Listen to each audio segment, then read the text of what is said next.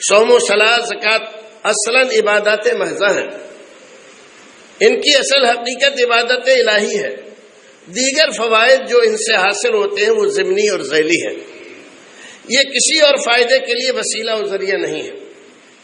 ان عبادات سے اجتماعیت، اتفاق و اتحاد کا پیغام یقیناً ملتا ہے، لیکن اصل وجہ میں یہ محض عبادات ہیں۔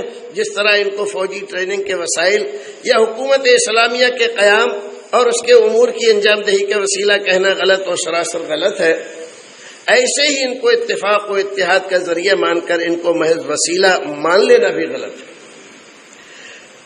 روزہ، عید الفطر، عید الاضحیٰ اصلاً عبادات ہیں، ہاں ضمناً ان سے اور بہت سے فوائد بھی حاصل ہوتے ہیں۔